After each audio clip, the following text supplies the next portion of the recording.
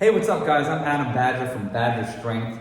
I wanted to go over what your calorie budget is. I think one of the most confusing parts or frustrating parts about tracking calories and staying on track with nutrition is that people don't realize how many options they actually have when it comes to making food selection choices. Most people tend to categorize foods as healthy or not healthy or good versus bad foods, and this can make things just more complicated than it needs to be. So instead of categorizing foods as, this is good and this is bad, or I have to eat this type of food in order to be quote unquote healthy, start breaking down your meals by your calorie budget, how many calories you're budgeting for each meal. So the way to do this is honestly, once you figure out what your calorie deficit is, like I've talked about in the past, if you need to figure out your calorie deficit, it's generally speaking, you can find that out by doing your goal body weight, your long-term ideal goal body weight multiplied by 12, and that would be your calorie budget for each day. And then just break that down into basically how many meals a day you want to eat. This is something that I've talked about as well with clients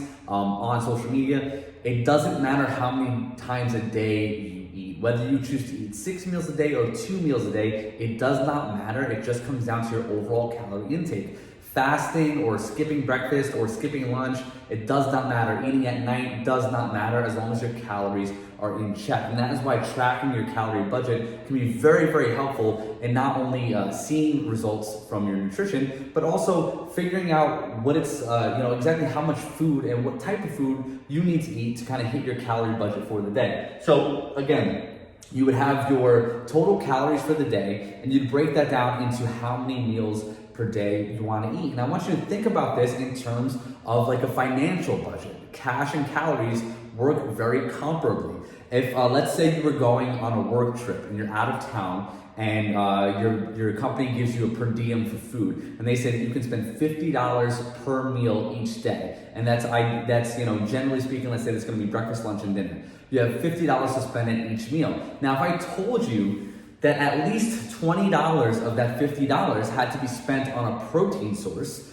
that would leave you $30 to spend on anything else you want. So if you had $50 to spend per meal and $20 had to be spent on a source of protein, so that could be any source of protein you want. That could be red meat, white meat, it could be fish, anything you want that is a protein source, $20 has to be allocated to that protein source. And that leaves you $30 to spend on anything else you want for that meal. That means if you're really hungry, you could spend that on food that's gonna get you more bang for your buck. You could spend that on larger quantities of food. You can spend it on carbs, you can spend it on fats, fruits, vegetables, whatever you want. You can save a few dollars in there for dessert. Doesn't matter. As long as you spend $20 on protein, you stay in that $50 budget, you're good to go. Now I want you to think about this in terms of calories, because really that's how simple this is. That's really how cut and dry it is. Let's say you had 500 calories to spend on each meal, but I told you that you have to get at least 40 grams of protein in per meal. If you know how many calories you're getting from protein, you'll realize how many calories you actually have left over to hit the rest of that meal. So 40 grams of protein is 4 calories per gram. 40 grams of protein is only 160 calories. So now I want you to think about that realistically. 40 grams of protein is a big number per meal for most people. Like for people who are trying to build muscle and are used to eating a lot of protein, 40 grams is pretty average. But if you're new to this and you're trying to lose weight, 40 grams of protein is going to be pretty filling. That's about 8 ounces of chicken. 8 ounces of pretty much any meat is going to get you around 40 grams of protein. But again, if 40 grams of protein is your non-negotiable, you have to hit 40 grams of protein per meal, and that's going to equal 160 calories. That means you have 340 calories to play with in order to get to your 500 calorie budget. That means you can spend those 340 calories on anything you want. Now, this is where food selection can kind of get confusing for people, because they don't realize how many calories are in some of the foods they're eating. So for instance, if you're gonna pound 6 beers, you're gonna blow that 340 calories out of the water, and you're still gonna be hungry, and then you're gonna snack on chips, and that's how we start to get over our calorie budget. But let's just say for an average meal, if you have 340 calories to play with, you have a ton of options. Again, as long as you're hitting that protein non-negotiable, this leaves you a ton of options, guys. 340 calories, you could break that down. You could get a carb, a veggie, a dessert, and a drink, and probably fit it into that 340 calories. It's just being smart about what you're ordering or what you're cooking at home, and just having the knowledge of what's in the food that you're eating. So again, think about this realistically. If you're someone who's trying to lose weight, and let's say you're eating 3 meals at 500 calories per meal, and you're setting a non-negotiable for yourself that 40 grams of protein has to be at each meal, that leaves you 340 calories at each meal that you can play with. Now, if you want to break that down even further, you can spread those 340 calories out into, you could take 140 of those calories and make it part of your meal and save 200 calories for a snack in between. This is where we can kind of get creative with this. But just broad stroke, let's say you're doing 3 meals a day, you're someone who's trying to lose weight, let's say your ideal goal body weight is 130 pounds.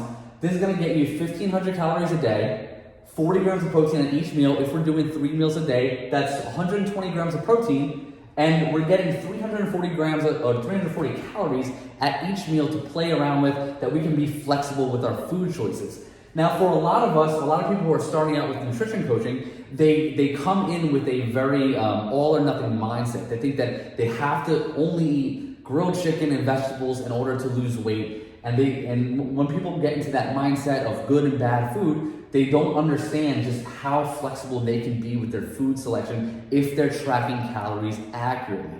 So again, to break this down, I'm going to say this multiple times, and if you're still watching, this is super valuable to just kind of break your meals down like this. Now, this calorie budget is going to be different for everybody. So there's going to be some people who can lose weight on 2,500 calories a day. There's going to be some people who can lose weight on 1,500 calories a day. It really depends on the person. But again, your goal with weight loss should always be to lose weight on as many calories as possible. That means you're training hard meaning training efficiently, at least 4 days a week, and getting your daily step count above 10,000 steps.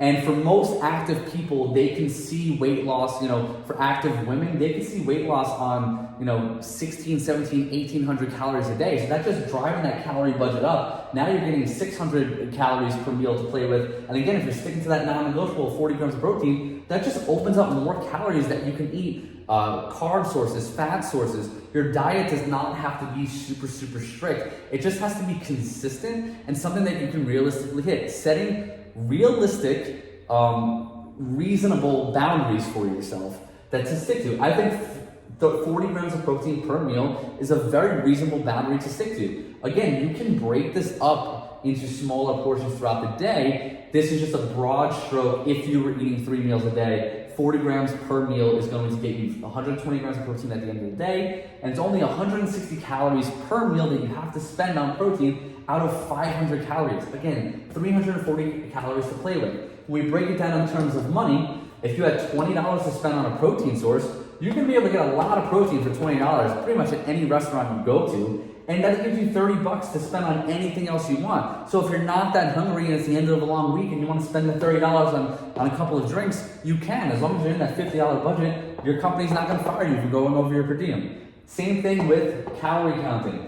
If you can spend 40 grams of protein, so 160 calories per meal on protein, that gives you 340 calories to eat anything else you want. If you're really hungry and you want to spend that on rice and veggies, you're going to be able to get a ton of rice and veggies for 340 calories, and that meal's going to fill you up. Let's say you're not that hungry, or again, maybe it's the end of a long week. 40 grams of protein, 160 calories, that gives you 340 calories. That's like 3 glasses of wine, depending on how heavy your pour is. But again, you can open up a lot of options when you just learn how to track calories. Don't worry about carbs and fat, worry about your calorie budget, allocate a reasonable amount of that to protein, and when you realize how few calories are actually coming from protein and how many more options you're gonna get from just tracking your calories efficiently, it's gonna make nutrition or dieting a whole lot easier. Stick to a realistic nutrition approach. Don't go on diets. Learn how to track calories, learn how much food is how much value you're getting for your food. Stick to a calorie budget. Don't worry about individual macros. Reasonable boundaries. 40 grams of protein per meal opens up a ton of calories for carbs and fats, and a little bit of alcohol on Friday night. A lot more flexible, a lot more sustainable. You don't have to eat chicken and steamed broccoli all the time. If this was helpful, let me know. If you have any questions about it or this didn't make any sense to you whatsoever, comments below and let me know how I can help you.